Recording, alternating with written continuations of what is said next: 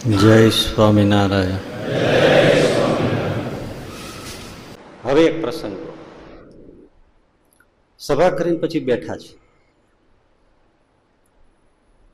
એ જે આ મંદિર છે ને જુનાગઢમાં, એ આ જીનાભાઈની જે દરબારગઢની ડેલી છે ને, ત્યાં ખૂણામાં એક પેલા ડેરી જેવું હતું. હમણાં કંઈક સાંભળ્યું છે કે ત્યાં પાડી નાખ્યું છે, જે થયું હોય તે, પણ નથી એવું કે છે. એ ત્યાં સભા હતી, એની નિશાની હતી. ત્યાં મહારાજ સભા કરીને બેઠા છે. વિરોધીઓએ, સંતો ભક્તો ઘણા હતા ને, બે સ્ત્રીઓને પુરુષ વેશમાં તૈયાર કરી અને સંતોની સભામાં મોકલવાનું નક્કી કર્યું. સંતોનો ઉપવાસ પડે, હોહા થાય, અભડાય, અને પછી ત્યાં ધમાલ કરવી. આવા આશયથી બે સ્ત્રીઓને તૈયાર કરીને અદલ એમણે જાણે વેશ કાઢ્યો. તમે ઓળખી જ ના શકો કે આ પુરુષ છે સ્ત્રી. એવા પુરુષના સ્વાંગમાં બે સ્ત્રીઓ તૈયાર થઈને આવી. અહીંયા સભા ચાલે છે, પણ ભાઈ આ તો ગટગટનો અંતર્યામી છે.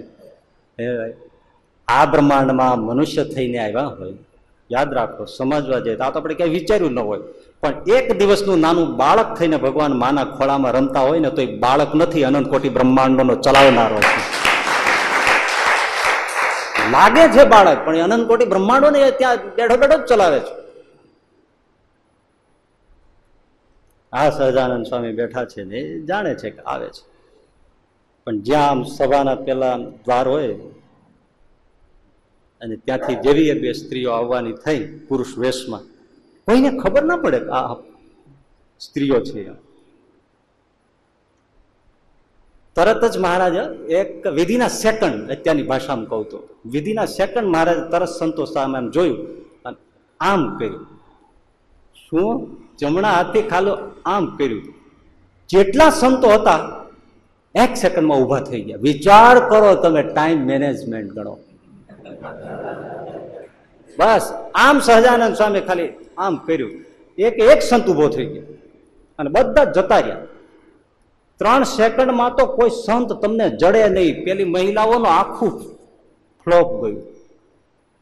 સંતોનો તો એને જરૂર હતી, આમ ઈશારો કર્યો, બધા સંત ઉઠીને જતા. અને પેલી બંને આવી અને બેઠી. હજી જીણાભાઈ કે કોઈ ઓળખતા નથી કે આ સ્ત્રી છે પુરુષ છે. બેઠા. મહારાજે કીધું બેસો. એટલે એમણે પૂછ્યું આ સાધુ સંતો કેમ જતા રહ્યા? જે શ્રીજી મહારાજ કહે, તમને નથી ઓળખતા, તમને નથી ઓળખતા કે તમે કોણ છો, તમે શું છો. એ કદાચ તમને નથી ઓળખતા, પણ અમારો એક સંત તમને ઓળખે છે કે તમે કોણ છો, શું છો. અમારો સંત ઓળખે છે, અમે ઓળખીએ છીએ તમે કોણ છો.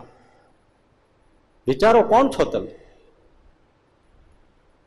અમારા સંત સ્ત્રીઓથી નજીક નથી હોતા, એટલે તમે આવ્યા એટલે ઉઠી ગયા. હવે આને તો તરત પોલ ખુલ્લી થઈ ગઈ, મોઢા કાળા પડી ગયા. પણ આવા હોય પણ હિંમત વાળા થોડા હોય જ. એટલે એમણે કહ્યું, તો સંતો અમારા સ્ત્રીઓથી દૂર રહે છે, તો એમનો જન્મ શું સ્ત્રી થકી નથી? શ્રીજી મહારાજ કે તમારી દ્રષ્ટિમાં એ ખરું. આ જે બધા સંતો છે એ સ્ત્રી ને પુરુષના ભાવથી પર છે. અને એનો જે અનન્ય ભાવે આશ્રય કરીને સત્સંગ કરે, એને પણ સ્ત્રી પુરુષના ભાવથી રહિત કરી નાખે. આ સંત દયાળુ છે. બાકી જો તમારા ઉપર જો એ ખોફ કરે, તો તમે સ્ત્રીમાં પણ ન રહો, પુરુષમાં પણ ન રહો, ને તમને નપુંસક વૃંદલ કરી નાખે. આ તેની ક્ષમા છે. બસ આટલામાં પેલા ધ્રુજી ગયા કે આપણે આમનામ રહેવું હોય તો ભાગવું જોઈએ. એકદમ ઉભા થઈ ગયા અને ચાલતા થઈ ગયા. જરાય મુખની કોઈ રેખા બદલે નહીં. શાંત સ્વભાવે સુખ ધામ નાથ નિરખ્યા.